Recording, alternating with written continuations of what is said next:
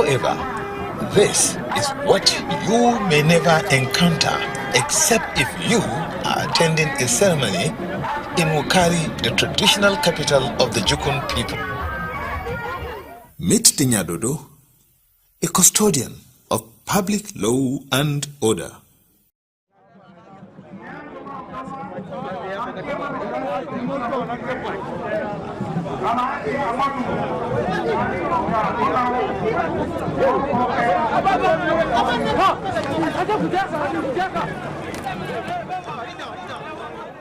What is the general perception of Nyadodo? Hello and welcome to Haske TV Breakfast Show. My name is Haske and I'm with my colleague Christiana Baba. A very good morning to you. You know how we did on this program, we bring you updates from local, international, national. So we have a lot of stories lined up for you today. Let's take a very short break. When we come back, we will get into business. Stay with us. A disciplinarian, a crowd control police of sorts? No, they are more than that. Kwararafa Kingdom is a martial state built around a regimented social system.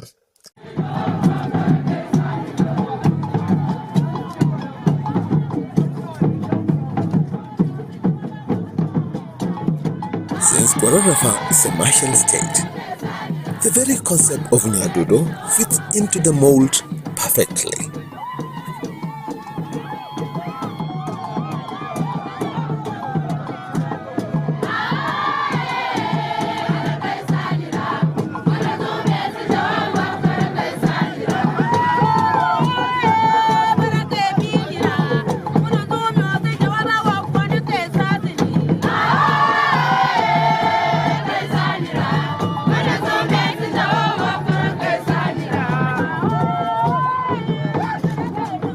What makes it even more interesting is the origin of the Nyadodo. The Abakwariga people are Hausas who migrated out of Hausa land. The story of their encounter with the Jukuns is of two versions.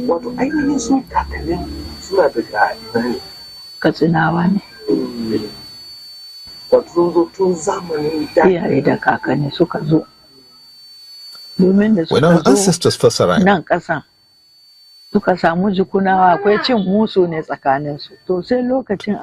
was a contest of spiritual supremacy between them and the Jukun people.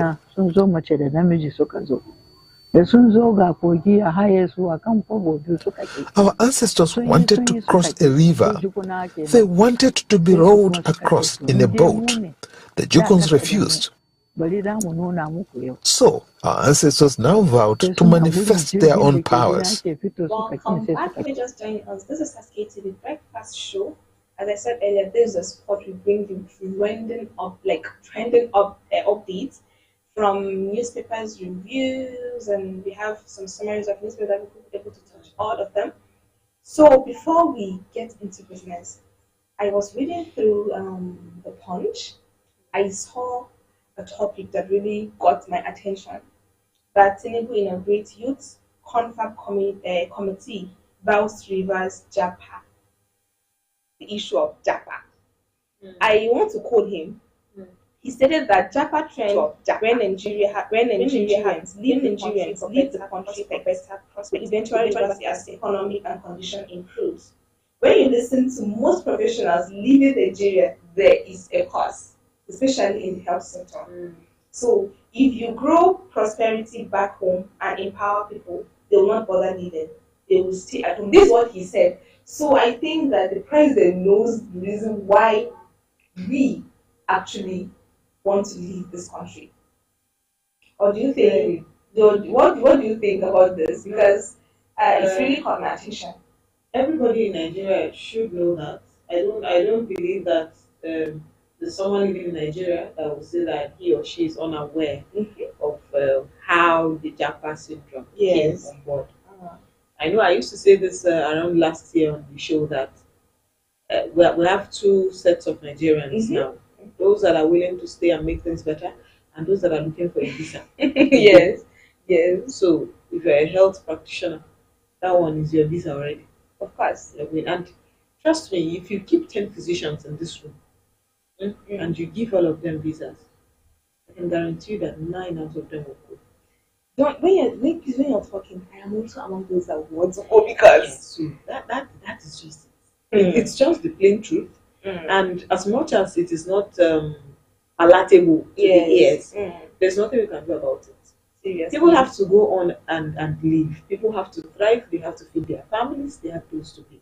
So if they are going to get this somewhere else, well, seriously, I wouldn't just say because I'm a patriotic Nigerian or I'm a journalist.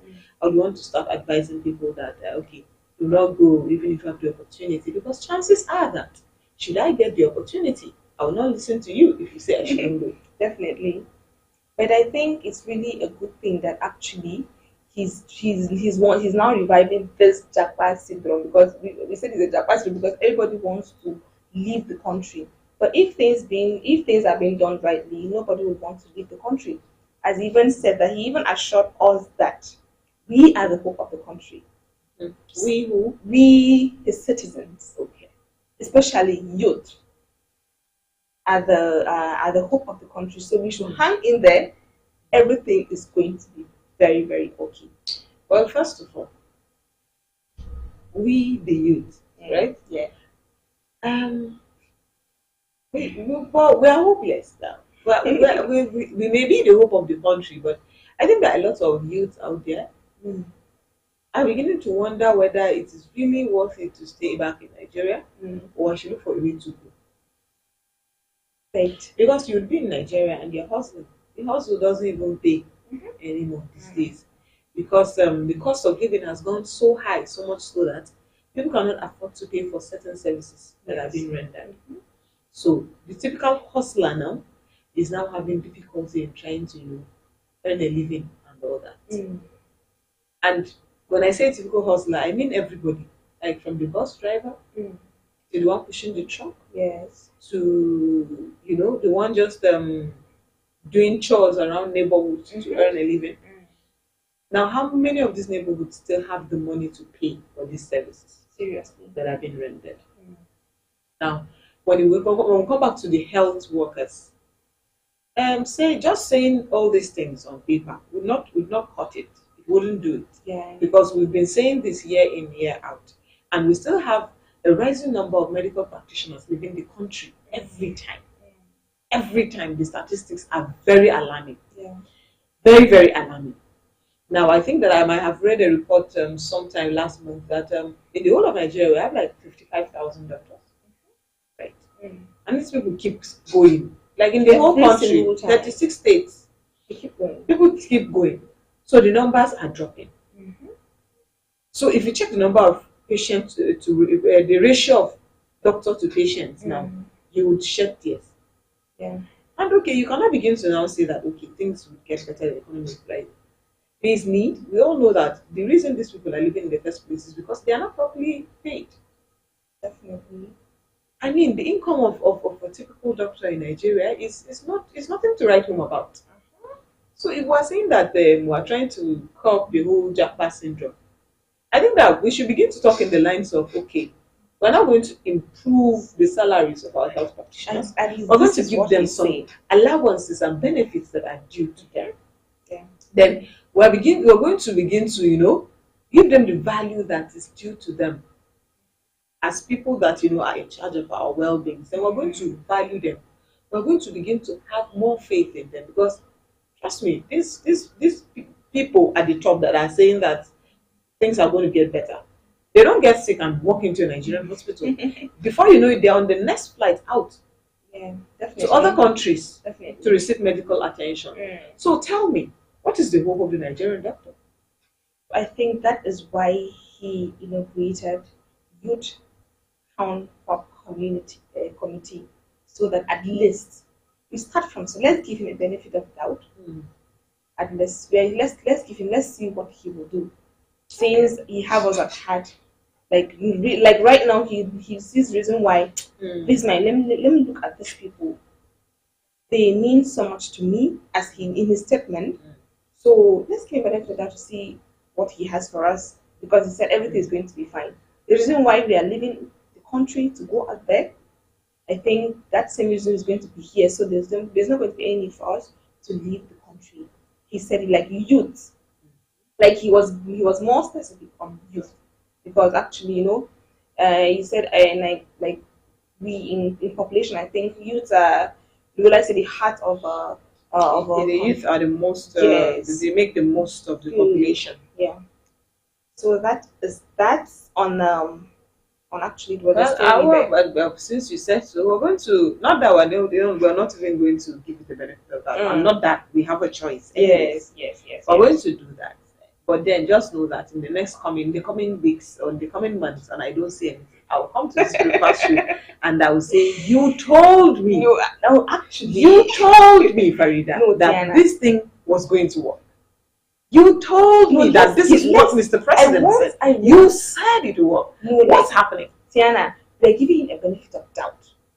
Let's see, because since he's head to a point of inaugurating a committee, so what do you A expect? right step in the right direction. Yes. So at least That's there's a fine. light. That's fine. That's fine. Mhm. I agree with you. But just know that in the coming months, and I don't see anything about this committee that has been set, I'm going to come up here on national TV and say, you told me Hey, don't worry. that this was going to But yield we pray results. that before then, everything is going to work as planned. We can only pray for the best. Yeah. So I think this is a right step at the right direction for our dear president, and we pray that everything is going to work as planned. So we have newspapers. Which newspaper do we have there, Tiana?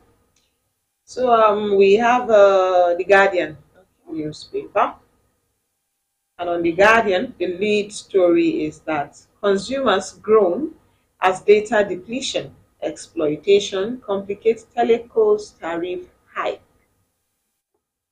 Yeah.